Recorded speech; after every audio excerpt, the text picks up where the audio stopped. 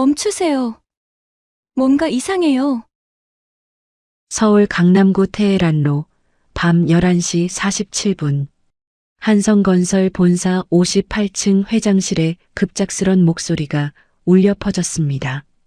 강민주는 펜을 든 손이 공중에서 멈췄어요.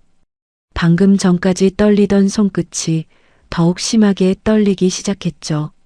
3천억 원의 자산이 한순간에 증발한 충격 때문인지 아니면 갑작스럽게 들린 이 목소리 때문인지 알 수 없었습니다. 사실 민준이 이 자리에 앉아 있게 된 건 불과 3시간 전의 일이었어요. 송도 국제도시 건설 프로젝트 승인을 축하하며 정부 관계자들과 만찬을 마치고 사무실로 돌아왔을 때만 해도 그는 한국 건설업계에 떠오르는 별이었거든요.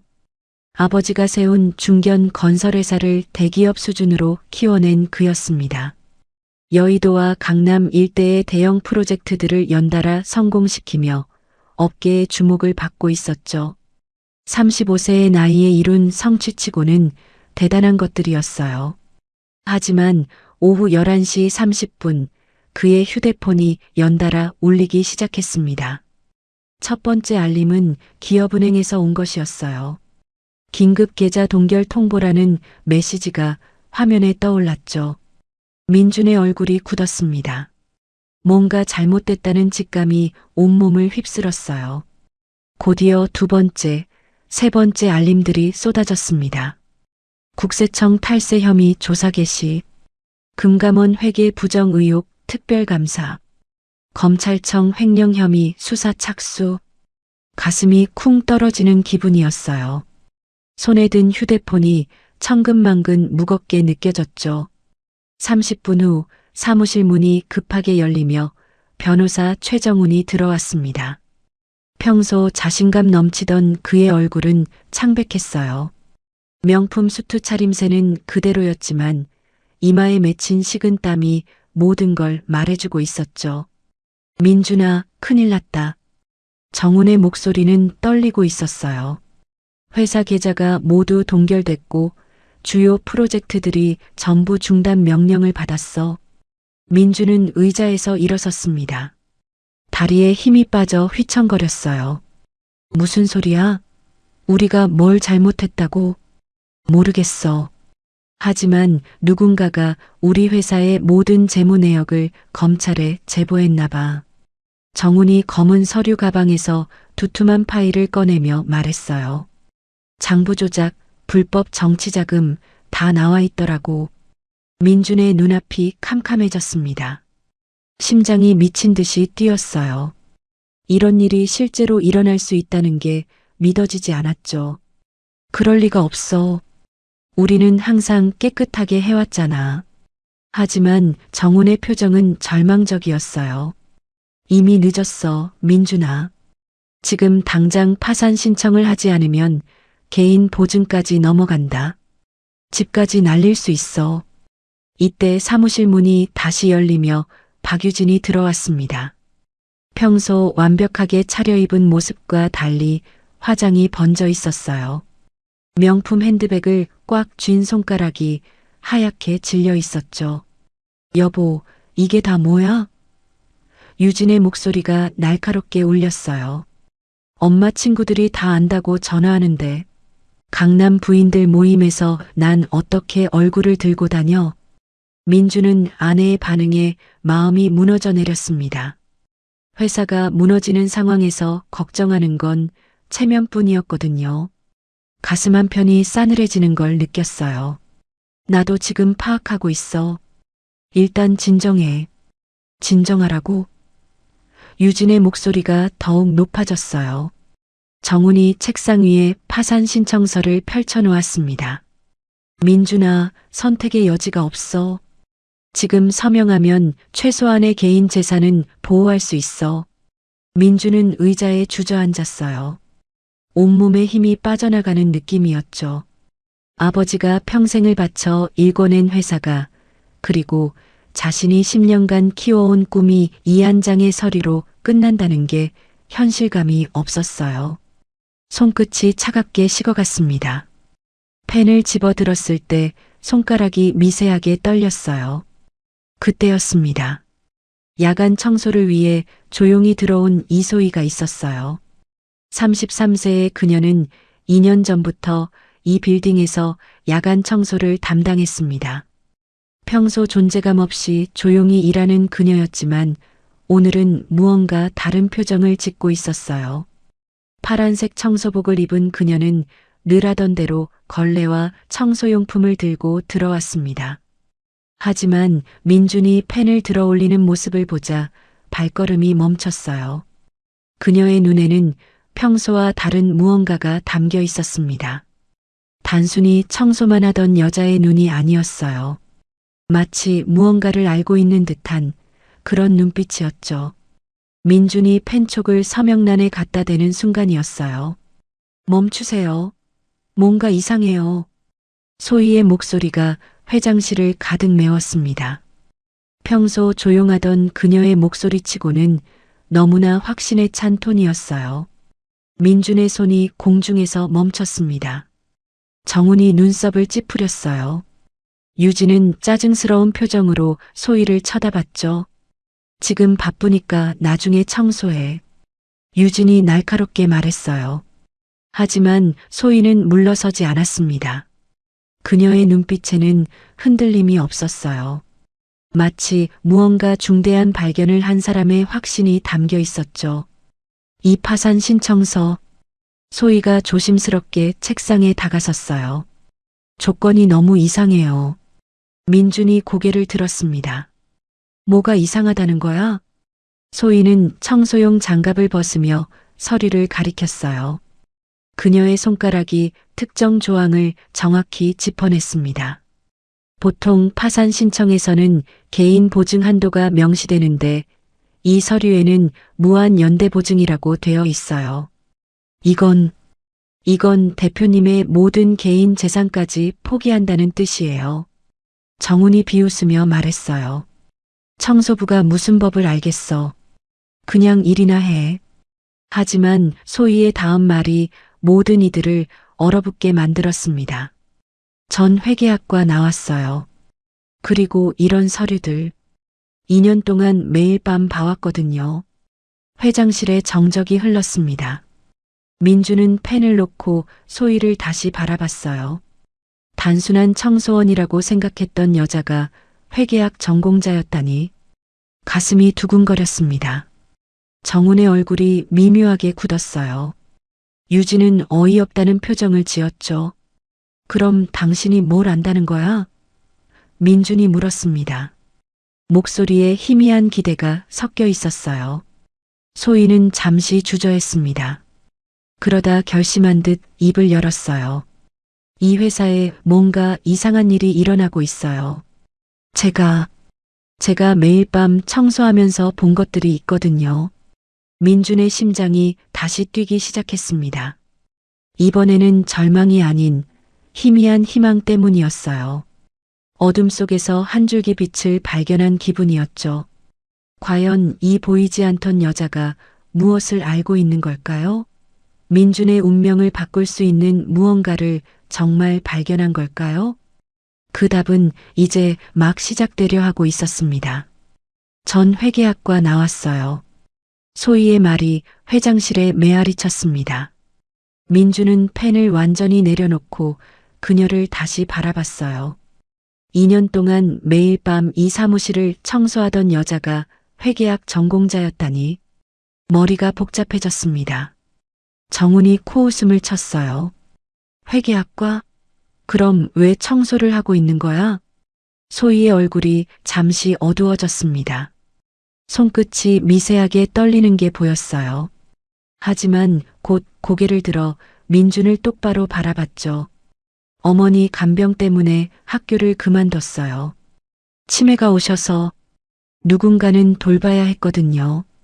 사실 소희가 이곳에서 일하게 된 건 2년 전의 일이었어요. 서울대 회계학과 3학년까지 다녔던 그녀는 성적도 우수했고 대형 회계법인 인턴십도 확정되어 있었죠. 하지만 어머니의 갑작스런 치매 진단이 모든 걸 바꿔놓았습니다. 넌 누구니? 어머니가 그녀를 알아보지 못하던 그날이 떠올랐어요. 가슴이 무너져 내리는 기분이었죠. 요양원비는 한 달에 200만 원, 대학 등록금까지 합치면 감당할 수 없는 금액이었어요. 결국 휴학을 선택했습니다. 아르바이트를 전전하다가 한성건설의 야간 청소 일자리를 찾게 된 거였어요. 시급은 낮았지만 밤 시간이라 낮에는 어머니를 돌볼 수 있었거든요. 하지만 소희는 단순히 청소만 하지 않았습니다. 회계학을 전공한 그녀의 눈에는 사무실 곳곳에 놓인 서류들이 다르게 보였어요. 매일 밤 11시부터 새벽 5시까지 그녀는 이 빌딩의 구석구석을 청소했죠. 회계팀 사무실, 법무팀 사무실, 그리고 이 회장실까지. 버려진 서류들을 정리하면서 자연스럽게 내용을 보게 됐습니다. 처음엔 단순한 호기심이었어요. 하지만 점점 이상한 점들이 눈에 띄기 시작했죠. 작년 10월부터 회계법인이 바뀌었어요. 소희가 조심스럽게 말했습니다. 그런데 서류 스타일이 완전히 달라졌거든요. 같은 회계법인 이름인데도 말이에요. 민주는 머리가 복잡해졌어요. 아버지 때부터 함께해온 대성회계 법인이었는데 바뀐 적이 없었거든요. 정훈이 처리해주는 일들이라 자세히 신경 쓰지 않았었죠. 무슨 말인지 구체적으로 설명해봐. 민준의 목소리에 진지함이 담겼어요. 소희는 청소용 앞치마 주머니에서 작은 메모장을 꺼냈습니다. 낡고 작은 수첩이었지만 그 안에는 빼곡하게 적힌 글씨들이 있었어요. 매일 밤 이상한 것들을 적어뒀어요. 처음엔 그냥 공부한다는 생각으로요. 소희가 메모장을 넘기며 설명하기 시작했습니다. 작년 10월 15일 대성회계법인 서류가 마지막으로 나왔어요.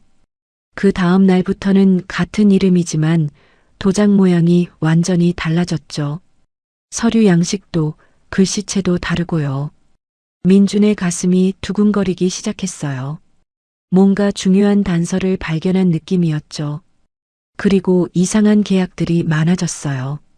들어본 적 없는 회사들과의 거래 서류들. 금액도 엄청나고요. 정훈의 얼굴이 굳어갔습니다. 그런 건 네가 신경 쓸 일이 아니야. 회사 기밀이라고. 하지만 소희는 물러서지 않았어요. 대신 더욱 또렷하게 말했죠. 특히 대한종합건설과의 계약이 이상해요. 소희가 메모장의 특정 페이지를 가리켰어요. 분명 경쟁업체인데 왜 한성건설이 하청을 받는 계약을 했을까요? 민준의 눈이 커졌습니다. 대한종합건설은 임태영이 운영하는 회사였어요. 업계에서 라이벌 관계인데 그들과 하청 계약을 한 적이 없었거든요. 그런 계약 한 적 없는데? 민준이 중얼거렸어요. 계약서에는 대표님 서명이 되어 있었어요. 하지만 소희가 잠시 주저했습니다. 대표님께서 해외 출장 가신 날짜와 계약 날짜가 똑같더라고요. 정적이 흘렀습니다. 민주는 작년 11월 싱가포르 출장을 떠올렸어요. 3박 4일 동안 완전히 자리를 비웠었는데 그때 자신의 서명이 들어간 계약이 체결됐다는 거였죠. 민준의 시선이 정훈에게로 향했습니다. 15년간 함께해온 친구이자 변호사였어요.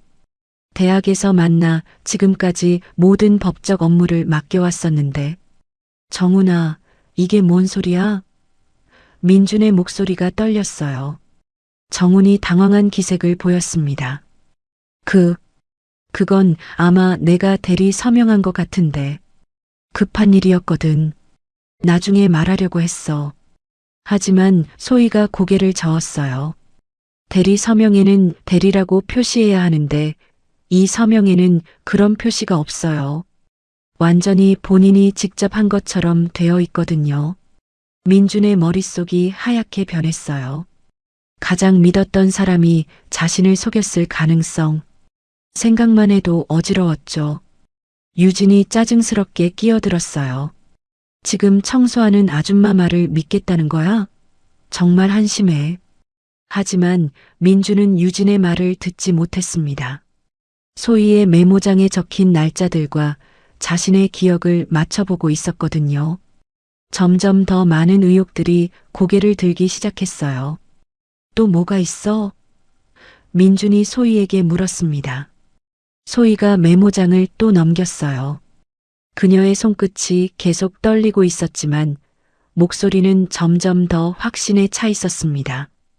변호사님이 늦은 밤에 오시는 경우가 많아졌어요. 그런데 항상 누군가와 통화를 하시더라고요. 제가 청소하는 동안에도요.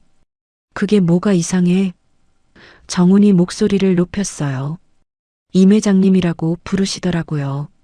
그리고 계획대로 진행하고 있다는 말을 자주 하시고요. 민준의 혈관에 차가운 피가 흘러내렸습니다. 임 회장이라면 임태영을 말하는 걸까요? 왜 정훈이 경쟁업체 회장과 통화를 하고 있었던 걸까요? 정훈아. 민준이 떨리는 목소리로 불렀어요. 설명해줘. 이게 다 뭐야? 정훈이 식은땀을 흘리며 당황했습니다. 민준아, 지금은 그런 게 중요한 게 아니야. 파산 신청부터 해야. 아니야. 민준이 일어났어요. 지금이 가장 중요해. 만약 이 여자 말이 맞다면 내가 파산한 이유가 따로 있을 수도 있잖아. 소희를 바라보는 민준의 눈빛이 달라져 있었어요. 처음엔 단순한 청소원으로만 봤던 그녀가 이제는 자신을 구해줄 수 있는 유일한 사람으로 보였거든요. 더 자세히 말해줄 수 있어? 민준이 정중하게 물었습니다. 소희가 고개를 끄덕였어요. 처음으로 누군가가 자신의 말을 진지하게 들어주는 것 같아서 마음이 따뜻해졌죠. 제가 2년 동안 모은 자료들이 더 있어요. 소희가 말했어요. 집에 가면 더 정확한 날짜들과 내용들을 보여드릴 수 있어요. 민준의 가슴이 뛰었습니다. 절망의 구렁텅이에서 희미한 빛을 발견한 기분이었어요. 이 보이지 않던 여자가 혹시 자신의 운명을 바꿀 열쇠를 가지고 있는 건 아닐까요? 정훈이 불안한 표정으로 시계를 쳐다봤어요. 벌써 새벽 1시가 다 되어가고 있었죠. 민준아, 시간이 없어. 내일 아침이면 모든 게 끝나. 지금 서명해야 해. 하지만 민준은 파산 신청서를 치워버렸습니다. 아니야. 이 여자 말을 더 들어보고 결정할게. 그 순간 보이지 않던 두 사람 사이에 묘한 신뢰가 생겨나기 시작했어요. 계급도 사회적 지위도 중요하지 않았습니다. 진실을 찾아야 한다는 절박함만이 그들을 하나로 묶고 있었죠. 소희의 메모장 속에는 과연 어떤 비밀들이 더 숨어 있을까요? 그리고 정훈은 정말 민준을 배신한 걸까요? 진실을 향한 위험한 여정이 이제 막 시작되려 하고 있었습니다. 새벽 2시 회장실의 분위기가 무겁게 가라앉았습니다. 민준은 소희의 메모장을 다시 들여다보며 머릿속으로 퍼즐 조각들을 맞춰보고 있었어요. 가슴이 답답했습니다. 15년간 믿어왔던 친구가 자신을 배신했을 가능성. 생각만 해도 속이 메스꺼렸죠. 정훈이 초조하게 시계를 쳐다보며 말했어요. 민준아, 정말 시간이 없어. 새벽 6시까지 서류 제출 안 하면 개인 자산까지 다 날릴 수 있다고. 하지만 민준은 더 이상 정훈의 말을 그대로 믿을 수 없었어요. 소희가 보여준 의혹들이 너무 구체적이었거든요. 정훈아, 한 가지만 물어볼게. 민준이 무거운 목소리로 말했습니다. 임태영이랑 언제부터 연락하고 있었어? 정훈의 얼굴이 순간 굳었어요. 눈동자가 미세하게 흔들렸죠. 뭔 소리야? 임태영이랑 연락한 적 없는데? 하지만 소희가 조용히 끼어들었습니다. 지난주 화요일 밤 11시 30분쯤이었어요. 변호사님이 복도에서 통화하시는데 임 회장님, 계획대로 진행하고 있습니다라고 하시더라고요. 민준의 심장이 쿵 떨어졌어요. 지난주 화요일은 송도 프로젝트 최종 승인이 나기 하루 전이었거든요. 그때 정훈이 임태영과 통화를 했다니. 그리고 내일이면 모든 게 정리될 것이라고도 하셨어요. 소희가 메모장을 넘기며 정확한 시간까지 짚어냈습니다. 정훈의 이마에 식은땀이 맺혔어요. 그건 다른 임 회장님일 수도. 목소리 톤으로 봐서는 상당히 친밀한 사이인 것 같던데요. 소희의 목소리에는 확신이 담겨 있었어요. 민주는 의자에 깊숙이 몸을 기댔습니다. 온몸에 힘이 빠지는 기분이었어요. 아버지 장례식 때부터 옆에 있어준 정훈이 그가 정말 자신을 배신한 걸까요? 정훈아. 민준의 목소리가 떨렸어요. 진실을 말해줘. 제발. 정훈이 잠시 망설이더니 고개를 돌렸습니다. 그의 옆모습에서 죄책감이 묻어났어요. 민준아, 네가 이해 못할 거야. 하지만 이렇게 된 이상. 그 순간 유진이 갑자기 일어났습니다. 지금까지 조용히 있던 그녀의 얼굴에 묘한 표정이 스쳐 지나갔어요. 여보, 그냥 서명해. 더 이상 버틸 수 없어. 유진의 목소리가 어쩐지 급해 보였어요. 소희가 유진을 바라보며 말했어요. 부인께서는 언제부터 알고 계셨나요? 뭘 알고 있다는 거야? 유진이 날카롭게 반응했어요. 지난 금요일 부인께서 명품 매장에서 카드 결제하시는 걸 봤어요. 그런데 그 카드. 소희가 잠시 주저했습니다.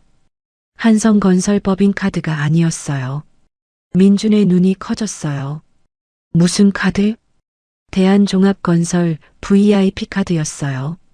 금색으로 된 아주 특별해 보이는 카드였죠. 회장실이 조용해졌습니다. 유진의 얼굴이 창백해졌어요. 입술이 파르르 떨리고 있었죠. 그건 유진이 말을 더듬었어요. 민주는 마치 머리를 망치로 얻어맞은 기분이었습니다. 아내까지 자신을 배신한 거였을까요? 언제부터였어? 민준이 떨리는 목소리로 물었어요. 유진이 고개를 푹 숙였습니다. 눈가가 촉촉해졌지만 그게 죄책감 때문인지 들킨 것에 대한 당황 때문인지 알 수 없었어요. 6개월 전부터 유진이 작은 목소리로 말했습니다. 정훈 오빠가 연락 왔어. 회사가 위험하다고 미리 준비하자고. 민준의 가슴이 미어지는 듯 했어요. 6개월 전이면 송도 프로젝트가 한창 진행 중일 때였거든요. 그때부터 이미 음모가 시작됐다는 뜻이었죠. 그래서 임태영 씨가 주는 돈을 받기 시작한 거야? 유진이 고개를 끄덕였어요. 매달 3천만 원씩. 나중에 갚으면 된다고 했어. 그냥 보험이라고. 민준이 벌떡 일어났습니다. 주먹이 불끈 쥐어졌어요. 온몸이 떨렸죠. 보험이라고? 내 등에 칼을 꽂는 게 보험이야? 유진이 울먹이며 말했어요. 여보, 미안해. 하지만 정말 회사가 망할 것 같았어. 정훈 오빠가 보여준 자료들이. 정훈이 보여준 자료? 민준이 정훈을 쏘아봤어요. 네가 조작한 자료 말이야? 정훈이 더 이상 변명할 수 없다는 표정을 지었어요. 결국 마스크가 벗겨진 거였죠. 민준아, 어차피 회사는 망할 운명이었어. 임 회장님이 워낙 큰 프로젝트를 진행하고 있어서. 그래서 날 팔아넘긴 거야? 민준의 목소리에 분노가 터져 나왔어요. 소희가 조용히 말했습니다. 사실 더 큰 그림이 있는 것 같아요. 모든 시선이 그녀에게 집중됐어요. 소희가 메모장의 마지막 페이지를 펼쳤습니다.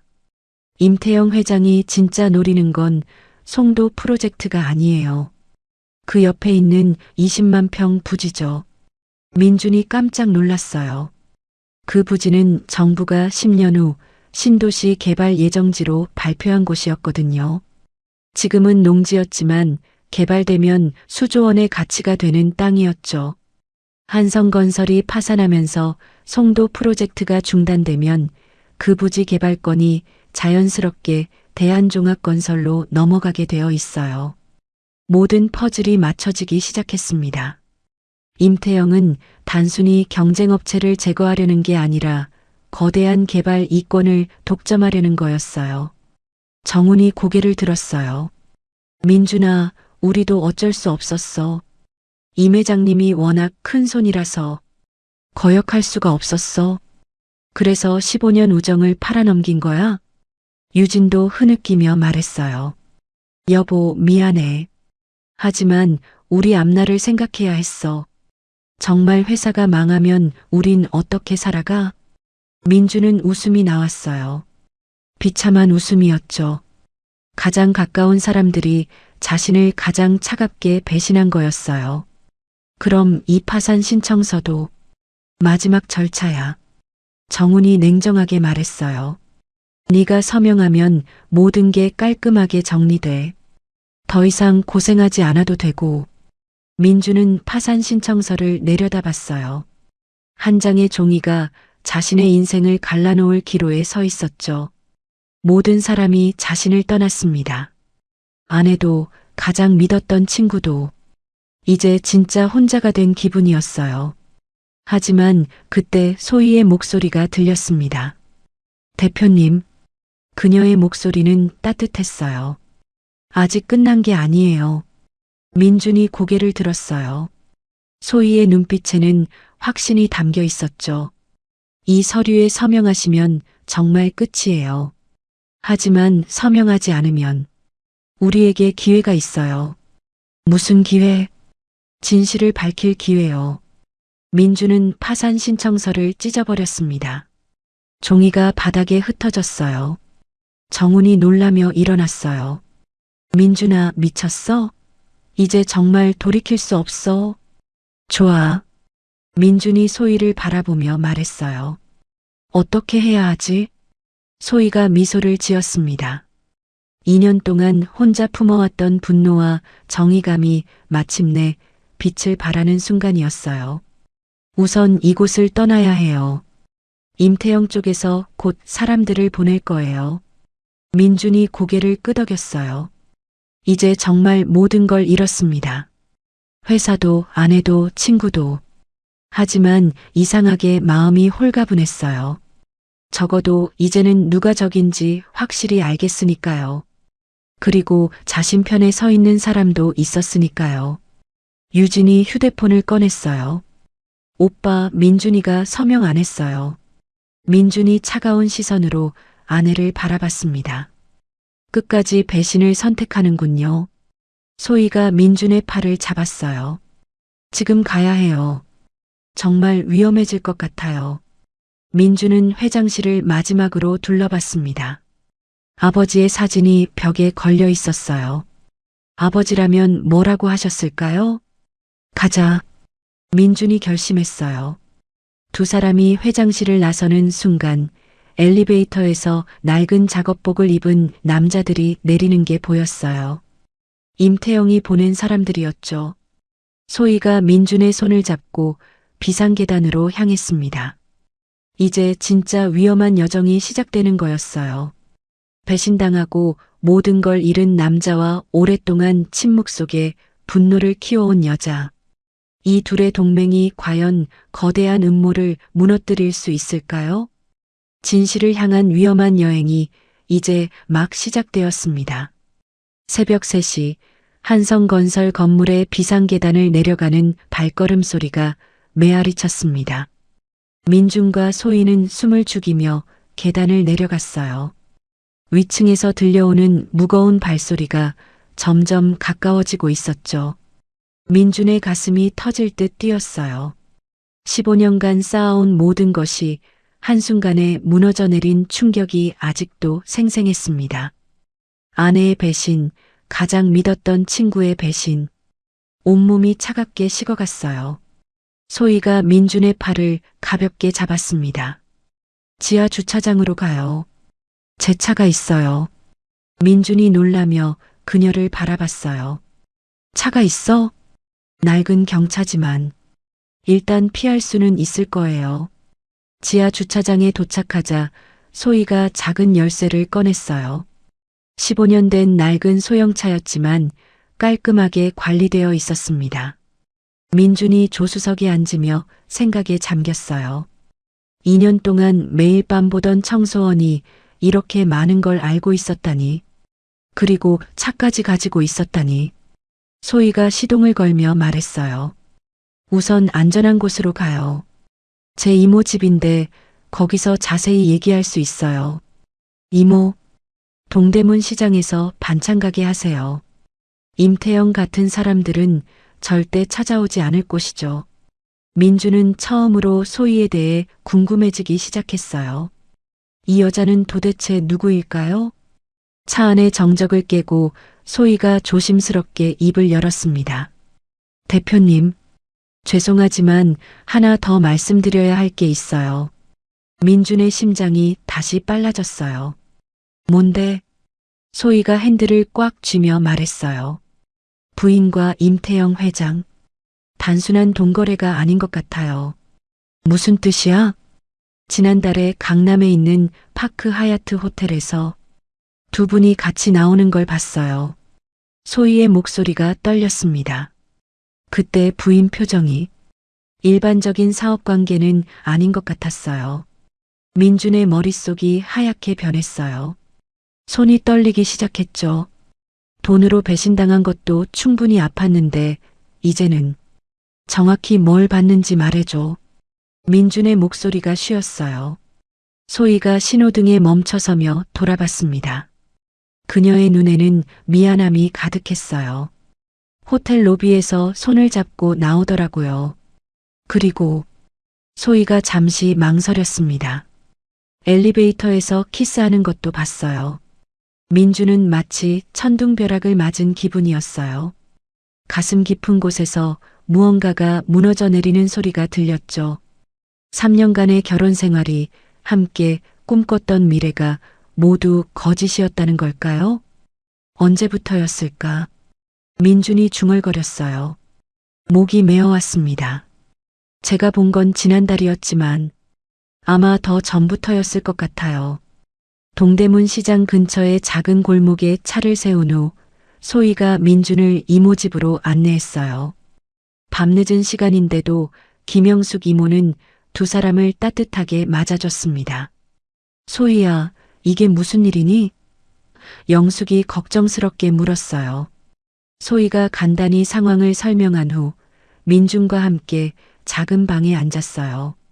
따뜻한 차를 마시며 민준이 물었습니다. 너에 대해서 더 알고 싶어? 정말 회계학과를 나온 거 맞지? 소희가 잠시 망설이더니 고개를 끄덕였어요. 서울대 회계학과 3학년까지 다녔어요. 성적도 꽤 좋았죠. 꽤 좋았다고? 학과에서 1등이었어요. 소희가 작은 목소리로 말했습니다. CPA 시험 1차도 합격했었고요. 민준이 깜짝 놀랐어요. 서울대 회계학과 수석의 CPA 1차 합격자가 왜 청소 일을 하고 있었던 걸까요? 소희의 눈가가 촉촉해졌어요. 2년 동안 꽁꽁 숨겨둔 아픔이 다시 살아났습니다. 어머니가 갑자기 알츠하이머 진단을 받으셨어요. 3학년 2학기 때였죠. 소희의 목소리가 떨렸습니다. 그날의 기억이 선명하게 떠올랐어요. 아가씨, 누구세요? 어머니가 자신을 알아보지 못하던 그 순간이 지금도 가슴이 미어지는 듯 했습니다. 요양원비가 한 달에 200만 원이었어요. 치료비까지 합치면 300만 원. 아르바이트로는 감당할 수 없는 금액이었죠. 민주는 가슴이 아팠어요. 자신은 태어날 때부터 모든 걸 가지고 있었는데 이 여자는 꿈을 포기해야만 했었던 거예요. 그래서 휴학을 했어요. 처음엔 1년만 쉬려고 했는데 소희가 쓴웃음을 지었어요. 어머니 상태가 계속 나빠지시고 돈은 더 많이 들고 소희가 잠시 말을 멈췄습니다. 그 시간들이 얼마나 힘들었는지 표정으로 알 수 있었어요. 한성건설에서 야간 청소 일을 시작한 건 1년 반 전이었어요. 밤에 일하면 낮에는 어머니를 돌볼 수 있으니까. 민준이 물었어요. 그런데 왜 서류들을 그렇게 자세히 봤어? 소희의 눈빛이 달라졌습니다. 그 안에 오랫동안 누적된 분노가 보였어요. 공부한 걸 포기할 수는 없었어요. 그리고 기득권층들이 어떻게 부정한 일을 하는지 직접 보고 싶었거든요. 사실 처음에는 그냥 호기심이었어요. 하지만 점점 이상한 것들을 발견하게 되면서 소희가 주먹을 꽉 쥐었어요. 내가 포기한 꿈을 가진 사람들이 그 꿈을 이용해서 부정한 일을 한다는 게 너무 화가 났어요. 민주는 소희의 마음을 이해할 수 있었어요. 그녀에게는 단순한 정의감이 아니라 개인적인 상처와 분노가 있었던 거죠. 그래서 2년 동안 모든 걸 기록한 거야? 네. 언젠가는 이런 일들을 세상에 알릴 기회가 올 거라고 생각했어요. 소희가 민준을 바라봤습니다. 그 기회가 바로 지금인 것 같아요. 민준은 소희를 다시 보게 되었어요. 단순히 도움을 주는 착한 사람이 아니었습니다. 자신만의 신념과 목표를 가진, 그리고 자신보다 훨씬 강인한 여자였어요. 고마워. 민준이 진심으로 말했습니다. 네가 아니었다면 난 정말 모든 걸 잃을 뻔했어. 아직 끝난 게 아니에요. 소희가 단호하게 말했어요. 우리에게는 할 일이 많아요. 소희가 가방에서 또 다른 파일을 꺼냈습니다.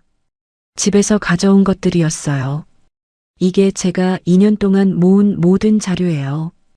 여기에는 임태영이 지금까지 어떤 부정한 일들을 해왔는지 다 나와 있어요. 민준이 파일들을 넘겨보며 놀랐어요. 정말 체계적으로 정리되어 있었거든요. 날짜별, 사건별, 관련 인물별로 완벽하게 분류되어 있었죠. 너 정말 대단해. 민준이 감탄했어요. 이것만으로는 부족해요. 더 결정적인 증거가 필요하죠. 소희가 말했어요. 임태영이 진짜 노리는 게 뭔지, 그리고 어떤 방법을 쓸 건지 정확히 알아야 해요. 민준의 마음속에 새로운 의지가 타오르기 시작했어요. 분노와 절망이 이제는 복수와 정의에 대한 열망으로 바뀌고 있었죠. 어떻게 하면 될까? 위험한 일이에요. 소희가 진지하게 말했어요. 임태영의 사무실에 직접 들어가서 증거를 찾아야 할 수도 있어요. 민준이 소희의 손을 잡았습니다. 처음으로 누군가를 신뢰하는 기분이었어요. 함께 하자. 민준이 말했어요. 더 이상 도망치지 않을게. 소희의 눈에서 눈물이 흘러내렸어요. 2년 동안 혼자 품어왔던 분노와 꿈이 드디어 현실이 되는 순간이었습니다. 저도 더 이상 숨지 않을게요. 두 사람 사이에 묘한 기류가 흘렀어요. 상처받은 두 영혼이 서로를 위로하고 있었습니다. 계급도 배경도 다르지만 정의에 대한 같은 꿈을 가진 두 사람이었죠. 밖에서는 새벽이 밝아오고 있었습니다. 진짜 싸움은 이제 시작이었어요. 하지만 이제 민주는 혼자가 아니었습니다. 똑똑하고 강인한 파트너가 생겼으니까요.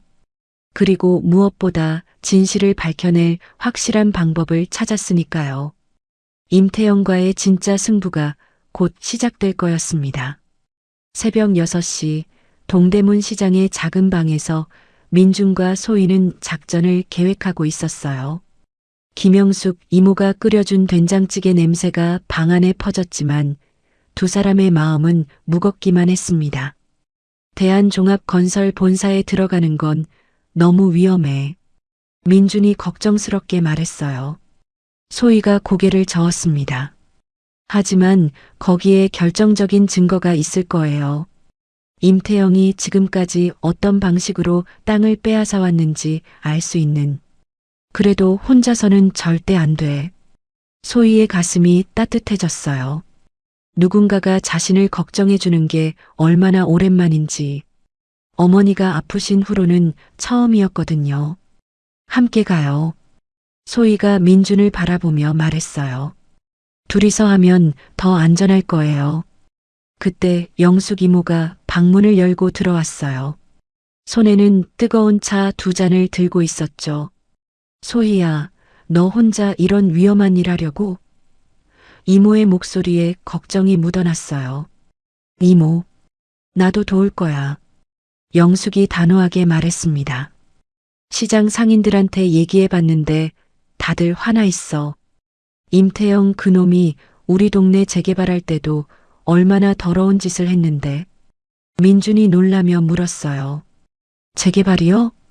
3년 전에 이 근처 동네가 재개발됐는데 임태영이 상인들 다 쫓아내고 헐값으로 땅을 사버렸어. 지금은 고급 아파트가 서 있지. 소희의 눈이 번뜩였어요. 그것도 똑같은 수법이었을 거예요. 오전 10시 시장 상인회장 박철민 아저씨가 찾아왔어요. 건설 현장에서 25년간 일한 그는 업계 사정을 누구보다 잘 알고 있었습니다. 임태영 그놈이 얼마나 나쁜 놈인지 내가 증언해 줄 수 있어. 철민이 주먹을 불끈 쥐며 말했어요. 우리 현장에서 일하다 다친 애들 치료비도 안 주고 도망간 놈이야. 민주는 감동받았어요. 자신과는 전혀 다른 세상에 살던 사람들이 자신을 위해 나서주고 있다니. 하지만 위험할 텐데. 위험? 우린 맨날 위험한 일 해. 이번엔 정의를 위한 위험이니까 더 의미 있지. 철민이 웃으며 말했어요. 오후 2시 대한종합건설 본사 앞. 민준과 소희는 택배기사와 청소 직원으로 변장하고 있었어요. 철민 아저씨의 도움으로 구한 의상이었죠. 민준의 심장이 빨리 뛰었어요. 정말 괜찮겠어? 지금까지 2년 동안 해온 일이에요. 소희가 차분하게 말했습니다. 청소원은 투명 인간이거든요. 아무도 신경 안 써요. 2사람이 건물에 들어가는 순간 소희는 완전히 다른 사람이 되었어요. 구부정한 자세에 조심스러운 걸음걸이. 2년간 익숙해진 모습이었죠. 민주는 그런 소희를 보며 마음이 아팠어요. 이렇게 똑똑하고 당당한 여자가 왜 이런 모습으로 살아야 했을까요? 임태영의 개인 사무실에 도착했을 때 다행히 그는 외부 미팅 중이었어요. 소희가 능숙하게 문을 열고 민준을 안내했습니다. 저기 금고가 있어요. 소희가 벽면에 디지털 금고를 가리켰어요. 비밀번호를 어떻게 알아? 임태영이 전화할 때 들었어요. 자기 생일이더라고요. 금고가 열리자 안에는 수많은 서류들이 있었어요. 민준과 소희가 서류들을 뒤지기 시작했습니다. 이것 봐요. 소희가 한 파일을 들고 외쳤어요. 동대문 재개발 프로젝트, 주민 강제퇴거 계획서. 여기에 우리 이모 가게도 있어요. 민준이 다른 서류를 보며 얼굴이 굳었어요. 이건 송도 프로젝트 이후 계획서야. 20만 평 부지를 어떻게 독점할 건지 다 나와 있어.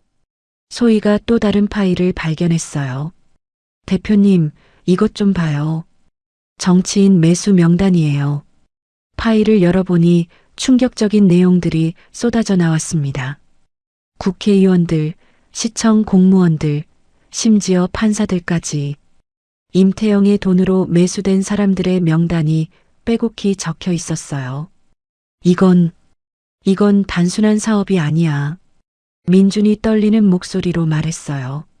국가 권력을 사서 땅을 빼앗는 거야. 소희가 서류들을 휴대폰으로 찍기 시작했어요.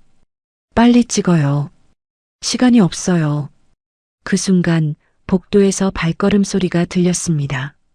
민준과 소희의 얼굴이 창백해졌어요. 사무실 문이 벌컥 열리며 임태영이 들어왔어요. 그 뒤로는 정장 차림의 경비원 2명이 따라왔죠. 뭐야 이게? 임태영의 목소리가 차가웠어요. 강민준 씨와 청소부? 민준이 소희를 감쌌어요. 본능적으로 그녀를 보호하려는 마음이었죠. 임태영, 네가 한 짓들을 다 알았어. 민준이 당당하게 말했어요. 임태영이 비웃었습니다. 알았다고? 그래서 어쩔 건데? 누가 믿어주겠어? 소희가 휴대폰을 들어보였어요. 이미 다 찍었어요. 그리고 임태영의 표정이 달라졌어요. 실시간으로 전송했어요. 시장 상인들과 건설 노동자들에게 임태영의 얼굴이 일그러졌어요. 이 미친 것들이. 경비원들이 두 사람에게 달려들었지만 민준이 의자를 들어 막았어요. 소희가 재빨리 비상구로 향했습니다. 이쪽으로. 소희가 외쳤어요. 두 사람이 비상계단으로 뛰어나가는 순간 임태영이 전화를 걸었어요. 모든 출구를 막아라. 한 명도 빠뜨리지 마. 계단을 내려가며 민준의 마음이 두근거렸어요. 위험한 상황이었지만 소희와 함께라는 사실이 이상하게 든든했거든요. 1층에 도착했을 때 출구마다 검은 정장을 입은 사람들이 지키고 있었어요. 완전히 포위된 상황이었죠. 어떻게 하지? 민준이 당황했어요. 그때 건물 밖에서 우렁찬 목소리가 들렸습니다. 임태영 나와라. 우리 동갑하라. 창문으로 내다보니 철민 아저씨와 시장 상인들, 그리고 건설 노동자들이 수십 명 모여 있었어요. 소희가 보낸 사진들을 보고 달려온 거였죠. 저기, 소희가 지하 주차장을 가리켰어요. 지하로 나갈 수 있어요. 지하 주차장으로 향하며 민준이 소희의 손을 꽉 잡았어요. 위험한 순간이었지만 그녀의 손이 따뜻했습니다. 고마워. 민준이 진심으로 말했어요. 네가 아니었다면 아직 끝나지 않았어요. 소희가 웃으며 답했어요. 그 순간 민준은 깨달았어요. 언제부터인가 소희를 보는 자신의 시선이 달라졌다는 걸. 단순한 고마움이 아닌 더 깊은 감정이 생겼다는 걸 말이에요. 하지만 아직 말할 수는 없었어요. 자신은 여전히 기혼자였고 이 모든 일이 정리되기 전까지는. 소희의 차에 도착했을 때 그녀가 민준에게 말했어요. 오늘 찍은 자료들로 충분해요. 이제 세상에 알릴 차례예요. 민준이 소희를 바라봤어요. 이 강인한 여자가 자신의 인생을 완전히 바꿔놓았습니다. 돈과 권력이 전부라고 생각했던 자신에게 진짜 중요한 것이 무엇인지 가르쳐 준 거예요. 소희야. 민준이 그녀의 이름을 처음으로 불렀어요. 소희의 가슴이 두근거렸어요. 그의 목소리에서 뭔가 다른 감정이 느껴졌거든요. 네, 우리 꼭 이겨내자. 그 말 속에는 우리라는 단어에 담긴 특별한 의미가 있었어요. 더 이상 대표와 청소원이 아닌 진정한 동반자라는 뜻이었죠. 소희가 고개를 끄덕이며 시동을 걸었어요. 시장으로 향하는 차 안에서 두 사람 사이에는 말로 표현할 수 없는 감정이 흐르고 있었습니다. 진짜 싸움은 이제부터였지만 이제 그들에게는 믿을 수 있는 동지들이 있었어요. 그리고 무엇보다 서로가 있었죠. 임태영의 거대한 음모가 드디어 세상에 드러날 때가 온 거였습니다. 오후 4시 동대문 시장은 평소와 다른 분위기였어요. 김영숙 이모의 반찬 가게 앞에 사람들이 하나둘 모여들기 시작했습니다. 박철민 아저씨를 필두로 건설 노동자들, 시장 상인들, 그리고 인근 주민들까지. 민주는 놀라움을 감출 수 없었어요. 이렇게 많은 사람들이. 소희가 따뜻한 미소를 지었습니다. 다들 임태영 때문에 피해를 본 분들이에요. 그동안 목소리를 낼 곳이 없었을 뿐이죠. 영숙 이모가 큰 솥에 라면을 끓이며 말했어요. 소희가 2년 동안 우리 마음을 다 알고 있었어. 혼자 소가리만 하고 있던 우리를 위해서. 민준의 가슴이 따뜻해졌어요. 소희는 단순히 자신을 도와주는 게 아니라 이미 오래전부터 이런 일들을 준비하고 있었던 거였죠. 소희가 휴대폰을 꺼내 몇 통의 전화를 걸기 시작했어요. 미선 언니, 저예요. 네, 그 일 말인데요. 네, 지금 당장 와주실 수 있어요? 민준이 궁금해했어요. 누구야? 한성건설 말고 다른 빌딩에서 청소하는 언니들이에요. 소희가 설명했어요. 서울 시내 대형 빌딩 청소원들은 다 서로 알아요. 정보도 많이 공유하고요. 30분 후 중년 여성 몇 명이 도착했습니다. 그들의 손에는 각각 서류 뭉치들이 들려 있었어요. 소희야, 이거 네가 부탁한 자료들이야. 미선이 서류를 내밀며 말했어요. 임태영이 다른 건물들에서도 비슷한 짓 했더라고. 민준이 서류들을 보며 깜짝 놀랐어요. 정말 체계적으로 수집된 정보들이었거든요. 사실 소희가 우리들 사이에서는 꽤 유명해. 미선 언니가 웃으며 말했어요. 머리도 좋고 불의를 못 참는 성격이라서 항상 우리 편에서 조언해줬거든. 민주는 소희를 다시 보게 되었어요. 그녀는 이미 2년 전부터 이런 네트워크를 구축하고 있었던 거예요. 단순한 개인의 복수가 아니라 진짜 사회 정의를 위한 움직임이었던 거죠. 언니들이 모은 자료로 보면 임태영이 지난 5년간 최소 20개 프로젝트에서 비슷한 수법을 써왔어요. 소희가 정리해서 말했어요. 철민 아저씨가 주먹을 쥐며 말했어요. 그래서 우리가 계속 쫓겨다녔구나. 하나하나는 작은 일인 줄 알았는데 이렇게 보니까 거대한 계획이었네. 민주는 이 모든 상황이 신기했어요. 자신이 지금까지 알지 못했던 세상이 있었던 거예요.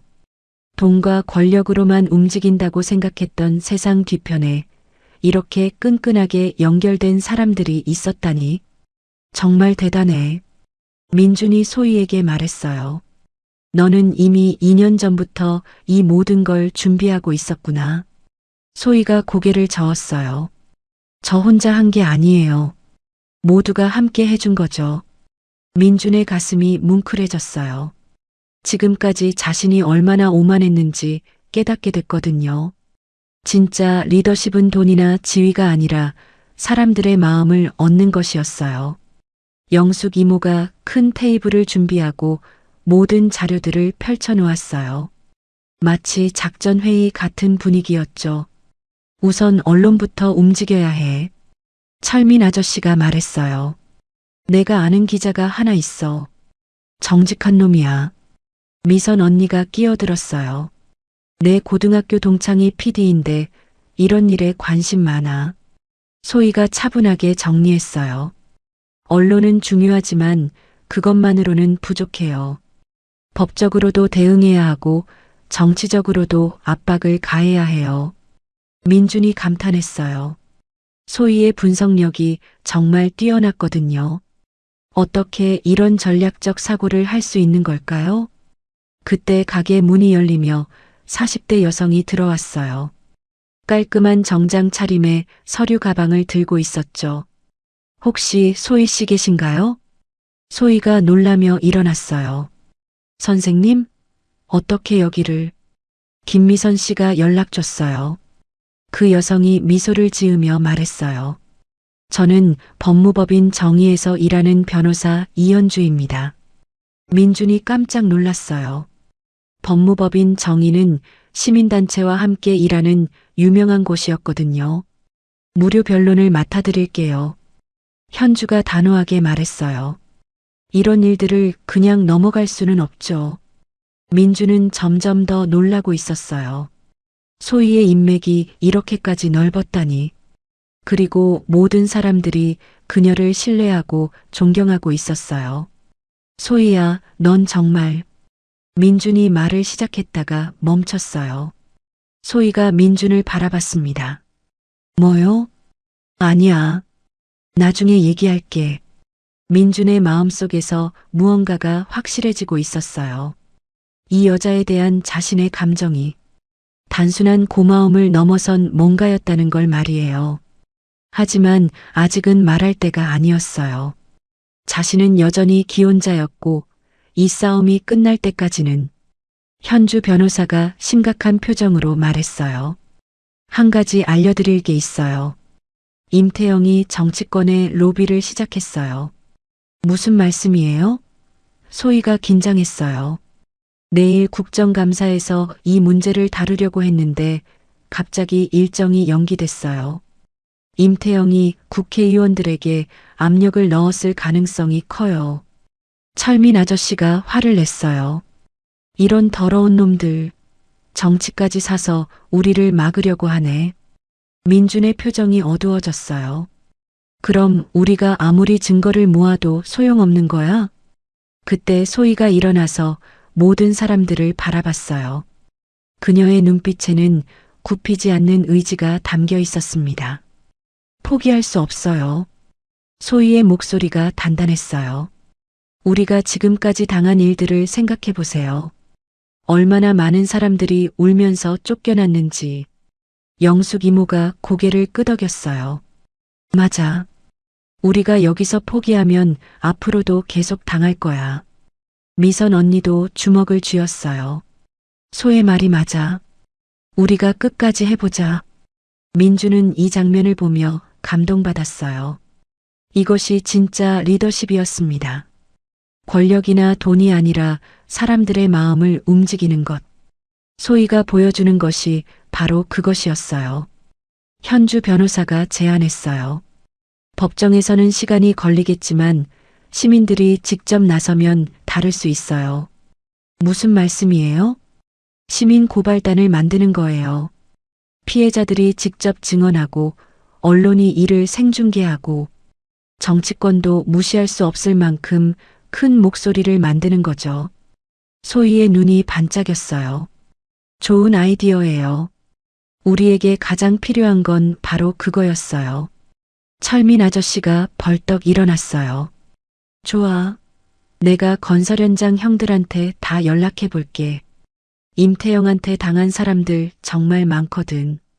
모임이 끝나고 사람들이 하나둘 돌아간 후 민준과 소희는 가게 앞에 혼자 남았어요. 저녁 노을이 시장 골목을 붉게 물들이고 있었습니다. 고마워. 민준이 진심으로 말했어요. 너 때문에 내가 정말 많은 걸 배우고 있어. 저도 배우고 있어요. 소희가 웃으며 답했어요. 혼자서는 할 수 없는 일들이 함께하면 가능하다는 거요. 민준이 소희를 바라봤어요. 석양빛에 비친 그녀의 모습이 아름다웠습니다. 마음속에서 말하고 싶은 게 있었지만 아직은 때가 아니었어요. 소희야. 네. 우리 꼭 이겨내자. 소희가 고개를 끄덕였어요. 그녀의 마음도 민준과 비슷했습니다. 하지만 둘 다 아직은 말할 수 없었어요. 지금은 싸움에 집중해야 할 때였으니까요. 하지만 그들의 마음속에서는 이미 새로운 감정이 자라나고 있었습니다. 그날 밤 소희는 혼자 남아서 노트북을 켰어요.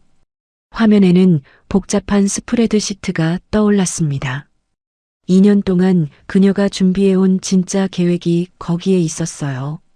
단순히 임태영을 고발하는 게 아니라 아예 시스템을 바꿔버리는 계획이었죠. 이제 시간이 됐네. 소희가 혼자 중얼거렸어요. 그녀의 진짜 비밀 카드가 드디어 세상에 나올 때가 온 거였습니다. 내일부터는 정말로 전쟁이 시작될 거였어요. 하지만 이제 소희에게는 든든한 동지들이 있었습니다. 그리고 무엇보다 자신을 믿어주는 한 사람이 있었죠. 다음 날 아침 동대문 시장은 평소와 완전히 달랐어요. 취재진이 카메라를 설치하고 있었고 여러 신문사 기자들이 몰려들었습니다. 소희가 연결해준 인맥들이 하나씩 움직이기 시작한 거였어요. 민주는 카메라 앞에 서는 게 어색했어요. 지금까지는 항상 성공한 CEO로만 인터뷰를 받았는데 이번에는 피해자로 서 있는 거였거든요. 떨지 마세요. 소희가 민준의 손을 가볍게 잡으며 말했어요. 진실을 말하면 되는 거예요. 그 순간 민준의 마음이 안정됐습니다. 소희가 있어서 무엇이든 할 수 있을 것 같았어요. 탐사기자 이준호가 다가왔어요. 강 대표님, 준비되셨나요? 오전 11시 시사 프로그램 생방송이 시작됐습니다. 스튜디오에는 민준과 소희, 그리고 이현주 변호사가 앉아 있었어요. 시청자 여러분, 오늘은 충격적인 건설업계 비리를 고발하기 위해 나선 분들을 모셨습니다. 진행자가 말문을 열었어요. 민준이 떨리는 목소리로 시작했습니다. 저는 한성건설 대표 강민준입니다. 제가 오늘 이 자리에 나온 이유는 카메라가 민준의 얼굴을 클로즈업했어요. 그의 눈에는 분노와 의지가 섞여 있었죠. 제 회사가 파산 위기에 몰린 건 경영 실패가 아닙니다. 대한종합건설 임태영 회장의 조직적 음모 때문입니다. 소희가 준비해온 자료들이 화면에 떠올랐어요. 임태영의 정치인 매수 명단, 조작된 계약서들, 그리고 유진과의 호텔 사진까지. 이 모든 증거들은 한 분이 2년 동안 수집해 주신 겁니다. 민준이 소희를 바라보며 말했어요. 이소혜 씨는 단순한 청소원이 아니라 서울대 회계학과 출신의 전문가입니다. 소희가 카메라를 향해 차분하게 말했어요. 저는 어머니 간병을 위해 꿈을 포기했습니다. 하지만 포기할 수 없는 건 정의였어요. 시청자들의 휴대폰이 일제히 울리기 시작했어요. 온라인에서는 실시간으로 댓글들이 쏟아지고 있었죠.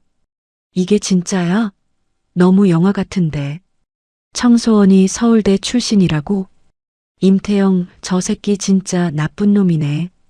방송이 진행되는 동안 대한종합건설 본사에서는 긴급회의가 열리고 있었어요. 임태영이 책상을 내리치며 화를 내고 있었죠. 이런 미친 것들이 어떻게 방송까지 나가는 거야? 비서가 떨리는 목소리로 보고했어요. 회장님, 인터넷에서 난리가 났습니다. 실시간 검색어 1위가 모두 저희 관련이고. 임태영이 전화를 집어들었어요. 여보세요? 김 의원님이세요? 네, 지금 당장 방송 중단시킬 수 있죠? 하지만 전화 너머의 대답은 냉정했어요. 임 회장님, 이미 늦었어요. 시민들이 다 봤는데 어떻게 막아요? 오히려 우리가 더 곤란해졌어요. 방송이 끝나자 동대문 시장 앞에는 시민들이 모여들기 시작했어요. 온라인에서 소식을 들은 사람들이 직접 찾아온 거였죠. 임태영 처벌하라. 서민들 땅 빼앗지 마라. 구호 소리가 시장 전체에 울려 퍼졌습니다. 민주는 이 광경을 보며 가슴이 벅차올랐어요. 정말 이럴 줄 몰랐어. 소희가 미소를 지었어요. 사람들은 정의를 원해요. 다만 누군가 먼저 시작해줘야 했을 뿐이죠. 영숙 이모가 확성기를 들고 나왔어요. 여러분, 오늘부터 매일 여기서 집회합니다. 임태영 물러날 때까지. 그때 검은색 외제차가 시장 앞에 멈췄어요. 차에서 내린 건 박유진이었습니다. 명품 선글라스를 낀 그녀의 표정은 차가웠어요. 여보, 유진이 민준에게 다가가며 말했어요. 이제 그만해. 이런 식으로 나를 망신 주려고? 민준이 차갑게 대답했어요. 망신? 네가 나한테 한 일에 비하면 아무것도 아니야. 나는 생존을 위해서 한 거야. 하지만 넌 지금 우리 가문의 명예까지 더럽히고 있어. 소희가 유진을 바라보며 말했어요. 부인께서는 아직도 이해 못하시는군요. 진짜 명예가 뭔지를요. 유진이 소희를 쏘아봤어요. 당신이 뭘 알아서 가르치려 들어? 민준이 두 여자 사이에 섰어요. 유진아, 그만해. 소희는 나를 구해준 사람이야. 구해줬다고? 유진이 비웃었어요. 청소부가? 정말 웃기는 소리네. 그 순간 소희의 눈에서 눈물이 흘러내렸어요. 2년 동안 참아온 분노가 터져나왔습니다. 네, 저는 청소부예요. 하지만 적어도 사람을 배신하지는 않았어요. 민준의 가슴이 미어졌어요. 소희가 우는 모습을 처음 본 거였거든요. 이 강인한 여자가 결국 상처받고 있었던 거예요. 유진아, 민준이 단호하게 말했어요. 우리 이혼하자. 유진이 깜짝 놀랐어요. 뭐라고? 더 이상 함께 살 수 없어. 넌 날 배신했고 소희를 모욕했어. 주변 사람들이 숨죽이며 지켜봤어요. 민준의 목소리는 단단했습니다. 이혼 서류는 내일 보낼게. 위자료나 재산 분할 같은 건 변호사끼리 정리하고. 유진이 당황하며 말했어요. 여보, 진정해. 사람들이 다 보는데. 상관없어. 이제 숨길 게 없거든. 민준이 소희의 손을 잡았어요. 공개적으로 모든 사람들이 보는 앞에서 말이에요. 소희야, 미안해. 네가 상처받게 해서. 그때 누군가의 휴대폰이 울렸어요. 이현주 변호사였죠. 네, 법원이요? 뭐라고요? 변호사의 얼굴이 굳었어요. 임태영이 민사소송을 걸었어요. 명예훼손과 업무방해죄로요. 민준의 표정이 어두워졌어요. 빨리 대응하네. 그것뿐만 아니에요. 변호사가 더 심각하게 말했어요. 검찰에도 고발장을 냈대요.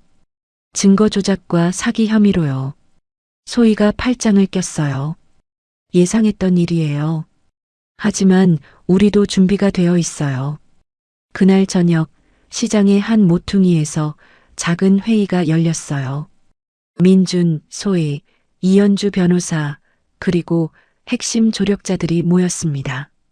내일부터 진짜 전쟁이에요. 이현주가 말했어요.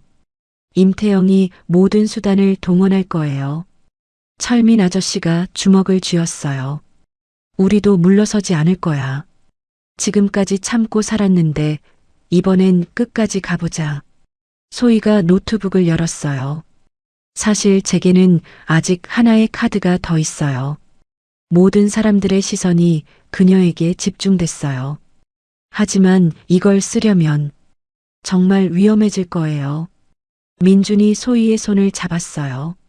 무슨 카드든 상관없어. 우리 함께 하는 거잖아. 회의가 끝나고 두 사람만 남았을 때 민준이 조심스럽게 말했어요. 소희야, 오늘 유진 앞에서 네 손을 잡은 거 괜찮았어?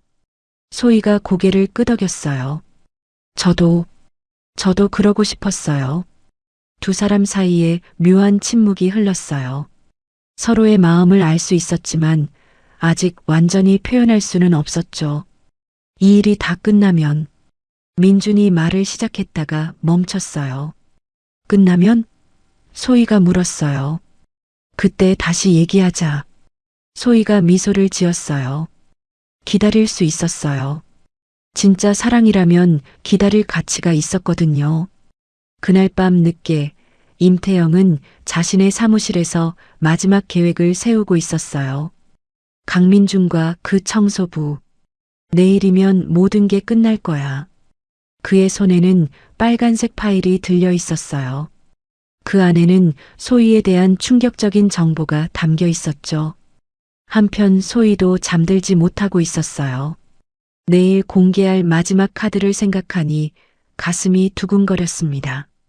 내일이면 모든 게 결정될 거야. 소희가 혼자 중얼거렸어요. 운명의 하루가 다가오고 있었습니다. 서울중앙지방법원 오전 9시. 법정 앞에는 이른 아침부터 사람들이 줄을 서 있었어요. 시민들, 기자들, 그리고 양측의 변호사들까지. 모든 이들의 시선이 오늘 하루에 집중되어 있었습니다.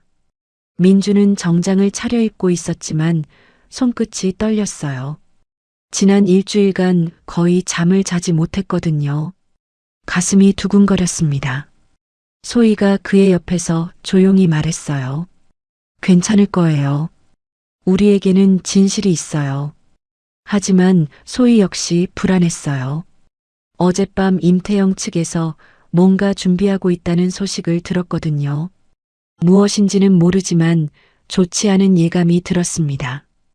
이현주 변호사가 다가와서 말했어요. 준비되셨죠?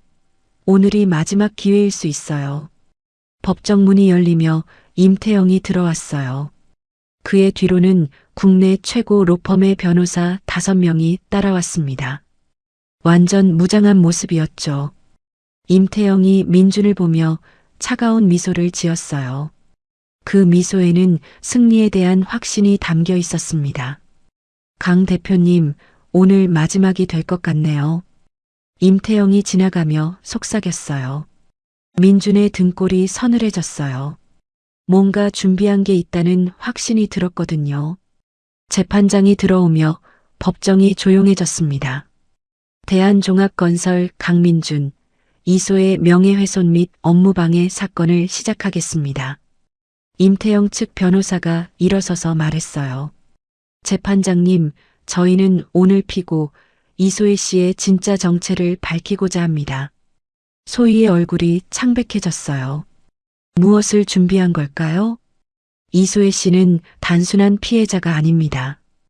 그녀에게는 저희 의뢰인을 해치려는 특별한 동기가 있었어요. 변호사가 서류를 들어 올렸어요. 이소혜 씨의 아버지는 10년 전 대한종합건설의 하청업체에서 일하다가 산업재해로 사망했습니다. 법정이 술렁거렸어요. 민준이 소희를 놀란 눈으로 바라봤습니다. 이런 사실을 들어본 적이 없었거든요. 그리고 그때 산재 보상금을 제대로 받지 못해 가정이 파탄났습니다. 즉, 이번 사건은 개인적 복수였던 거죠. 소희의 눈에서 눈물이 흘러내렸어요. 10년 동안 숨겨온 상처가 드러나는 순간이었습니다. 맞습니다. 소희가 떨리는 목소리로 말했어요. 제 아버지는 임태영 때문에 돌아가셨어요. 법정이 조용해졌어요. 소희가 계속 말했습니다. 하지만 그렇다고 제가 거짓말을 한 건 아니에요. 모든 증거는 진짜예요. 임태영 측 변호사가 냉소적으로 말했어요. 하지만 동기가 불순하다면 증거의 신빙성도 의심받을 수밖에 없죠. 민준의 가슴이 아팠어요. 소희가 이런 아픔을 혼자 감당하고 있었다니. 그리고 자신을 위해 그 아픔까지 드러낸 거였어요. 그때 이현주 변호사가 일어났어요. 재판장님, 피고인의 개인사와 증거의 진위는 별개 문제입니다. 변호사가 새로운 서류를 제출했어요. 저희는 오늘 결정적 증거를 제출하고자 합니다. 임태영 회장의 비자금 조성 증거요. 임태영의 얼굴이 굳었어요. 그런 건 없어. 있습니다. 소희가 일어서서 말했어요. 제가 2년 동안 모은 자료 중에 가장 중요한 건 바로 이거였어요. 소희가 USB를 꺼냈어요. 임태영 회장의 개인 컴퓨터에서 복사한 파일들입니다. 정치인 매수 내역과 불법 자금 흐름이 모두 기록되어 있어요. 임태영이 벌떡 일어났어요. 그건 불법 취득한 증거야. 인정할 수 없어. 불법이 아닙니다. 소희가 당당하게 말했어요. 저는 대한종합건설에서도 청소 일을 했었어요. 버려진 컴퓨터를 정리하다가 발견한 거죠. 임태영의 변호사가 반박했어요. 증명할 수 있나요? 소희가 또 다른 서류를 꺼냈어요. 근로계약서가 여기 있어요. 6개월 전까지 저는 대한종합건설 청소원이었습니다. 법정이 다시 술렁거렸어요. 민준도 놀랐습니다. 소희가 이런 치밀한 계획을 세우고 있었다니. 그리고 이 파일들을 공인회계사가 분석한 결과 이현주 변호사가 계속 말했어요. 최소 200억 원의 불법 자금이 확인됐습니다. 임태영이 완전히 당황했어요. 하지만 포기하지 않았습니다. 재판장님, 저는 새로운 증인을 신청합니다. 임태영의 변호사가 말했어요. 법정 문이 열리며 박유진이 들어왔어요. 민준의 얼굴이 굳었습니다. 박유진 씨는 강민준 씨의 부인으로서 증언하겠습니다. 변호사가 말했어요. 유진이 증언대에 섰어요. 그녀의 표정은 차가웠습니다. 제 남편은 이번 사건을 위해 증거를 조작했습니다. 그리고 이소혜 씨와 함께 임태영 회장을 모함하려는 계획을 세웠어요. 민준의 심장이 쿵 떨어졌어요. 마지막까지 배신하는군요. 하지만 유진의 다음 말이 모든 일을 놀라게 했어요. 하지만 유진이 잠시 멈췄습니다. 그건 거짓말이었어요. 법정이 조용해졌어요. 임태영의 얼굴이 일그러졌습니다. 사실은 저와 임태영 회장이 불륜 관계였어요. 그리고 저희가 제 남편을 파멸시키려는 계획을 세웠습니다. 유진이 울먹이며 계속 말했어요. 임태영이 저를 협박했어요. 남편을 배신하지 않으면 저와 제 가족을 해치겠다고. 민준이 깜짝 놀랐어요. 유진이 진실을 말하고 있었어요. 저는 더 이상 거짓말을 할 수 없어요. 제 남편과 이소혜 씨가 말한 건 모두 사실입니다. 임태영이 완전히 무너졌어요.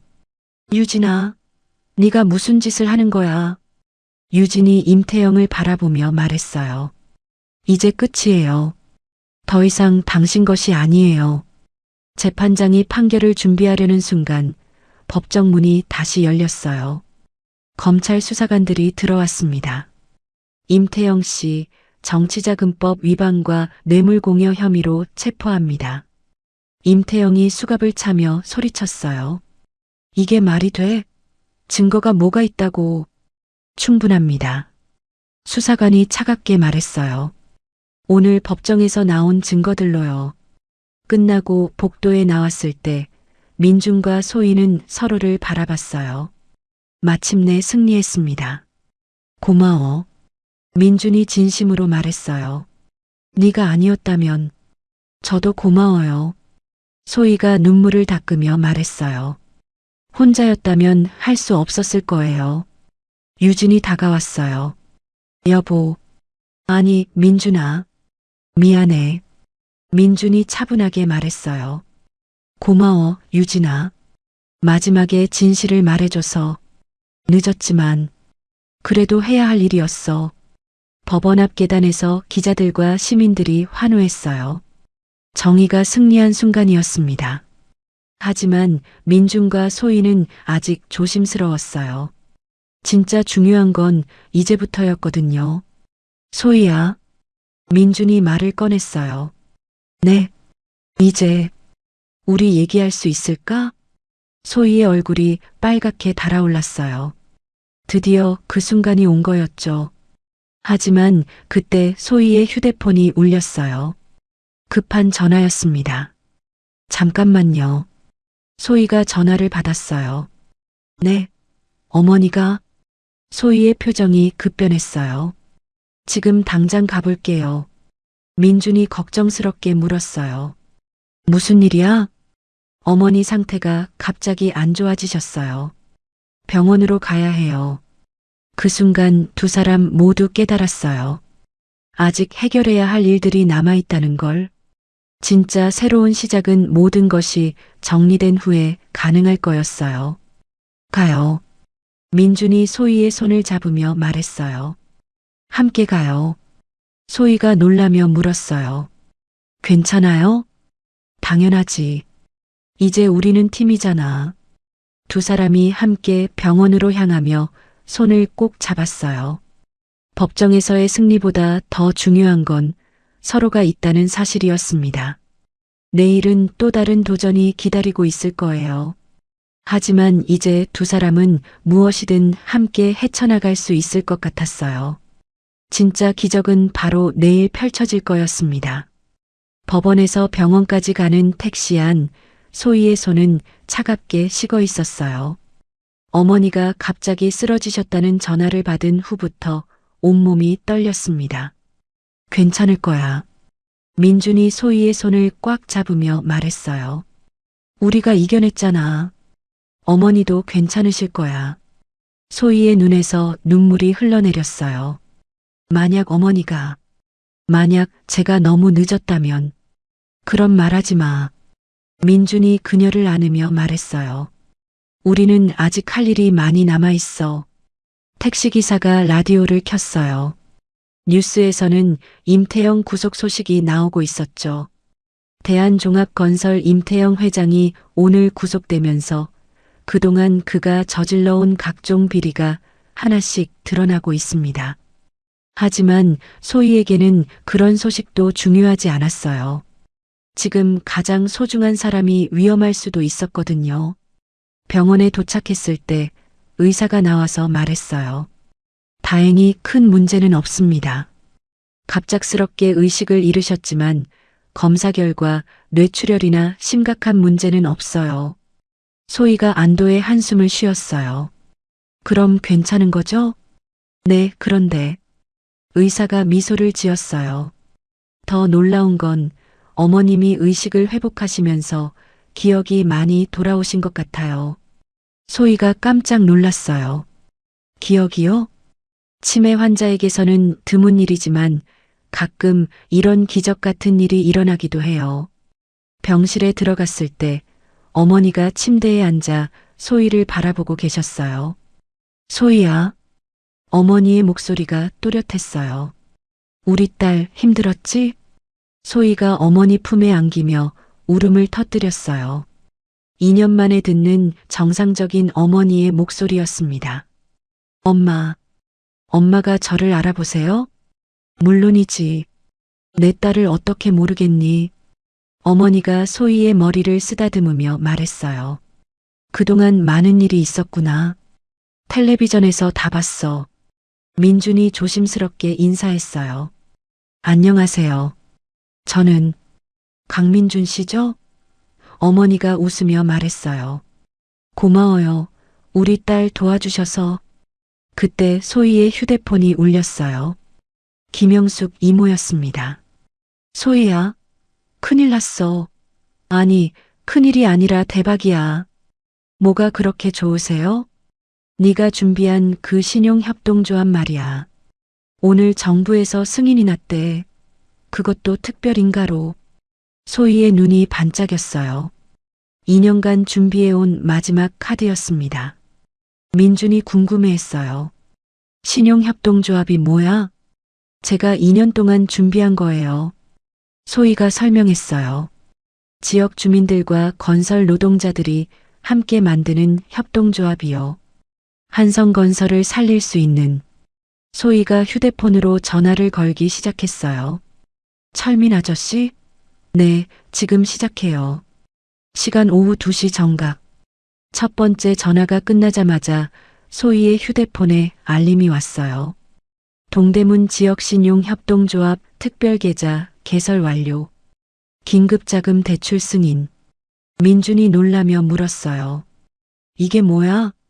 시장 상인들과 건설 노동자들이 2년간 모은 돈이에요. 그리고 정부 지원금까지 합쳐서. 소희가 화면을 보여줬어요. 50억 원이 확보됐어요. 1분 경과. 소희의 두 번째 전화가 시작됐어요. 변호사님?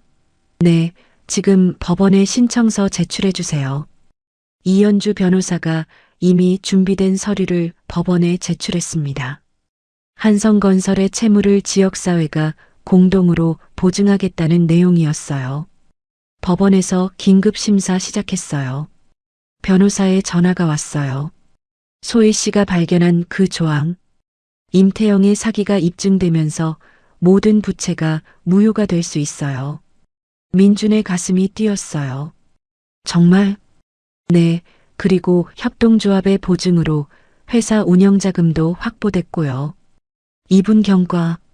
세 번째 전화가 울렸어요. 법원에서였습니다. 이소혜 씨? 긴급 재판부에서 결정이 났습니다. 소희가 스피커폰을 켰어요. 임태영과의 모든 계약이 사기에 의한 것으로 판명되어 무효 처리됩니다. 한성건설의 모든 부채가 취소되고 동결된 자산도 즉시 해제됩니다. 민준이 믿을 수 없다는 표정으로 소희를 바라봤어요. 그리고 지역신용협동조합의 보증으로 새로운 경영체제가 인정됩니다. 지역사회 40%, 노동조합 30%, 기존 경영진 30%의 구조로 말이죠. 3분 경과. 마지막 전화가 왔어요. 은행에서였습니다. 강민준 대표님, 한성건설 계좌가 정상화됐습니다. 그리고 정부 지원 사업자로 선정되어 50억 원의 추가 자금이 입금됐습니다. 소희가 시계를 봤어요. 정확히 4분이 흘렀습니다. 그리고 은행 직원의 목소리가 밝아졌어요. 새로운 프로젝트 주문이 3건이나 들어왔습니다. 모두 사회적 기업 우대 조건으로요. 민주는 꿈을 꾸는 것 같았어요. 이게 정말이야? 소희가 웃으며 고개를 끄덕였어요. 2년간 준비한 거예요. 혼자서는 할 수 없었지만 모두가 함께 하니까 가능했죠. 4분 경과 모든 기적이 완료됐습니다. 4분의 기적이 끝나고 병실에 잠깐의 고요가 흘렀어요. 어머니는 피곤하셔서 잠시 눈을 감고 휴식을 취하고 계셨습니다. 민준과 소희는 창가에 서서 바깥 풍경을 바라보고 있었어요. 석양이 지면서 하늘이 주황빛으로 물들어가고 있었죠. 정말 믿어지지 않아. 민준이 작은 목소리로 말했어요. 이 모든 게 꿈 같아. 소희가 고개를 끄덕였어요. 저도요. 2년 동안 꿈꿔왔던 일들이 이렇게 한꺼번에. 소희야. 민준이 그녀를 바라보며 말했어요. 처음 네가 내 손을 멈춰 세웠을 때 그때부터 내 인생이 완전히 달라지기 시작했어. 소희의 가슴이 두근거렸어요. 너는 나에게 진짜 중요한 게 뭔지 가르쳐줬어. 돈과 권력이 아니라. 민준이 소희의 손을 잡았어요. 사람이라는 걸 말이야. 소희의 눈에서 눈물이 흘러내렸어요. 민준이 무릎을 꿇으며 말했어요. 너 없이는 살 수 없어. 나와 함께 새로운 세상을 만들어 가줄래? 나와. 결혼해줘. 소희가 눈물을 닦으며 고개를 끄덕였어요. 네. 네, 좋아요. 저도 당신과 함께하고 싶어요. 두 사람이 포옹했을 때 침대에서 어머니의 작은 박수 소리가 들렸어요. 언제 깨어나셨는지 따뜻한 미소로 두 사람을 바라보고 계셨습니다. 우리 딸 정말 좋은 사람 만났구나. 동대문 시장 한복판에서 소박한 결혼식이 열렸어요. 하얀 웨딩드레스 대신 소희는 아름다운 한복을 입었고 민주는 깔끔한 양복을 입고 있었습니다. 하객들은 시장 상인들, 건설 노동자들, 그리고 새로 만든 회사 직원들이었어요. 화려한 호텔 대신 천막을 치고 비싼 음식 대신 영숙 이모가 직접 만든 음식을 나눠 먹었죠. 신랑 신부 서약을 하겠습니다. 주례를 맡은 이연주 변호사가 말했어요. 민준이 소희를 바라보며 말했어요. 소희야, 나는 너를 만나서 진짜 인생이 무엇인지 알게 됐어. 앞으로 평생 너와 함께 더 나은 세상을 만들어 가겠어. 소희도 눈물을 글썽이며 답했어요. 민준 씨, 저는 당신을 만나서 포기했던 꿈을 다시 찾았어요. 앞으로 우리 함께 많은 사람들에게 희망을 주는 삶을 살아요. 결혼식 다음 날 새롭게 태어난 한성건설 사무실에서는 특별한 회의가 열리고 있었어요. 이번 분기 실적 보고 드리겠습니다. 소희가 총괄이사로서 발표했어요. 지역사회 연계주택 건설 프로젝트가 대성공을 거두면서 매출이 전년 대비 200% 증가했습니다. 박철민 노동조합 대표가 웃으며 말했어요. 그리고 무엇보다 산업재해가 제로예요. 안전한 일터를 만들었어요. 민주는 더 이상 독단적인 사장이 아니었어요. 모든 중요한 결정을 직원들, 노동자들, 지역사회와 함께 내리는 진정한 리더가 되었죠. 다음 달부터는 다른 지역에서도 우리 모델을 도입하고 싶다는 요청이 들어왔어요. 소희가 보고했어요. 사회적 기업의 새로운 표준이 되고 있어요. 6개월 후에 어느 저녁 동대문 시장 근처의 작은 집에서 민준과 소희는 저녁을 먹고 있었어요. 여보, 소희가 민준을 부르며 말했어요. 좋은 소식이 있어요. 뭔데? 소희가 수줍게 웃으며 말했어요. 우리 아기가 생겼어요. 민준의 얼굴이 환해졌어요. 정말? 네. 3개월 됐어요. 민준이 소희를 안으며 말했어요. 우리 아이에게 정말 좋은 세상을 물려줄 수 있을 것 같아. 그럼요. 우리가 만든 이 세상을요. 창밖으로는 동대문 시장의 따뜻한 불빛들이 보였어요. 그곳에서는 여전히 사람들이 열심히 살아가고 있었죠. 작은 사람들이 모여서 만든 큰 기적. 그것이 바로 진정한 희망이었어요. 그로부터 1년 후 한국의 건설업계는 완전히 달라져 있었어요. 한성건설 모델이라고 불리는 사회적 기업 방식이 전국으로 확산됐고 임태영 같은 비리는 더 이상 발붙일 곳이 없었습니다. 소희는 출산 후에도 사회적 기업 연구소 소장으로 활동하며 많은 사람들에게 희망을 전해줬어요. 민주는 진정한 기업가로 거듭나 사회 공헌과 이익을 동시에 추구하는 새로운 경영 철학을 보여줬죠. 그리고 무엇보다 두 사람은 서로를 사랑하며 행복한 가정을 꾸려갔어요. 어느 날 저녁 아기를 재우고 난 후 소희가 민준에게 말했어요. 여보, 우리가 처음 만났을 때를 생각해봐요. 누가 이렇게 될 줄 알았겠어요? 민준이 웃으며 답했어요. 그때 네가 말했잖아. 멈추세요. 뭔가 이상해요라고. 맞아요.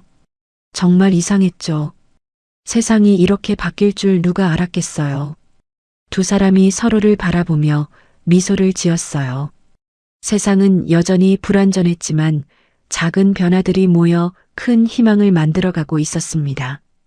그리고 그 변화의 중심에는 사랑이 있었어요.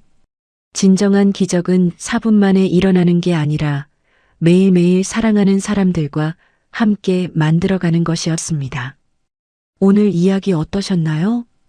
이야기가 재밌으셨다면 구독과 좋아요 부탁드려요.